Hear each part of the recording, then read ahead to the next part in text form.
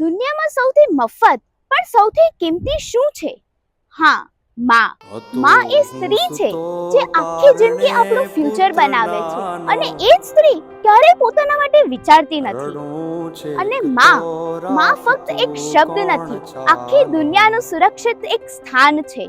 જ્યારે આખી દુનિયા કહેતી હતી કે તું ન કરી શકે, ત્યારે એક અવાજ આવ્યો અને તે હતો મારી માનો, દીકરા તું જરૂર કરી લેશે.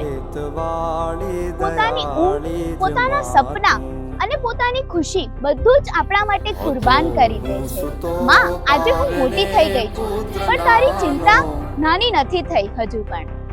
પોતાની દરેક ખુશી વેચીને અમારું ભવિષ્ય ખરીદનાર બીજું કોઈ નહીં, માં તું પોતે જ છે. હું ક્યારેય કહી નહીં શકું, પણ આજે કહું છું, માં તું છે ને એટલે હું છું.